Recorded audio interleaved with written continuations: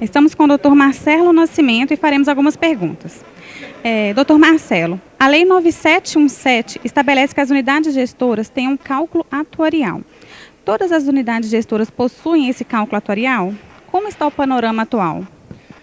Todas as unidades gestoras, elas possuem cálculo atuarial, até porque é exigido anualmente o cálculo e o Ministério da Previdência, por meio da Secretaria de Políticas de Previdência Social, ele fiscaliza isso e negativa ou não os municípios, ou os estados inclusive, com relação à apresentação ou não do cálculo.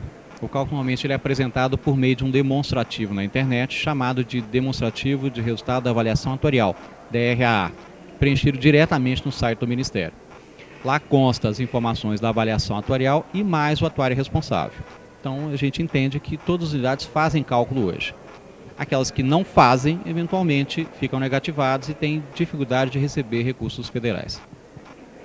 Quais os principais pontos devem ser abordados no cálculo atuarial dos regimes próprios de previdência social? Existe um conjunto de pontos e de normas que a gente é obrigado a seguir. Então, por exemplo, a adequabilidade do cadastro, se o cadastro é bom ou se não é bom. A gente entende que é necessário também avaliar a qualidade dos ativos e se os ativos realmente existem ou não. Todo o cálculo, normalmente ele contempla o cálculo dos compromissos atuariais e depois faz a verificação da posição de déficit ou superávit. Eventualmente, uma coisa importante que o cálculo deve, e todos, até onde eu sei, que eu verifiquei, fazem isso, é comentar sobre a regularidade do repasse das contribuições. Se as contribuições não estão sendo repassadas regularmente, deve o atuário circunstanciar isso na avaliação e no parecer atuarial. São pontos normalmente muito importantes. Por fim, qual a importância para o equilíbrio atuarial das unidades gestoras criarem fundos integrados de bens e ativos nas unidades regidas pelo sistema de capitalização?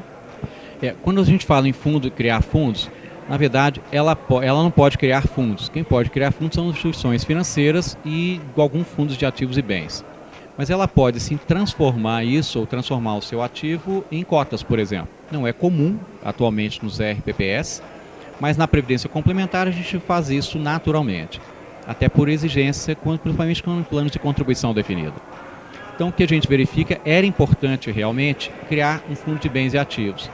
Mas isso eu acho que é para uma segunda fase. No momento atual, apesar da legislação já ter quase 20 anos, os fundos agora estão se estruturando em relação a cálculo, estruturas internas, estruturas de controle. Eu acho que numa segunda fase, e entendo que ela está sendo iniciada esse ano, o ano que vem, ou já começou em algumas coisas, na verdade criar um fundo para isso. Existem alguns regimes próprios de previdência, principalmente em esferas maiores, capitais maiores e estados, que alguns deles já têm fundos integrados. Quer dizer, chamaram instituições financeiras e essas providenciaram um processo de criação. E aí, isso é uma forma importante de gerenciamento e é uma maneira melhor do que realmente você fazer aplicações. Só que a legislação hoje de aplicação dos fundos de previdência, ela tem limitações para essas coisas. Então a gente, por exemplo, não pode ser 100% do fundo, um dos nossos ativos. A gente não pode aplicar todos os recursos num fundo só. A gente pode representar em torno de 20%, 25% da totalidade das cotas de um fundo. Então, a legislação nossa hoje, que regulamenta as aplicações dos fundos de previdência de regimes próprios, ela tem limitações, ela tem limites. E esses limites dificultam um pouco realmente essa criação de fundos, de bens e de ativos.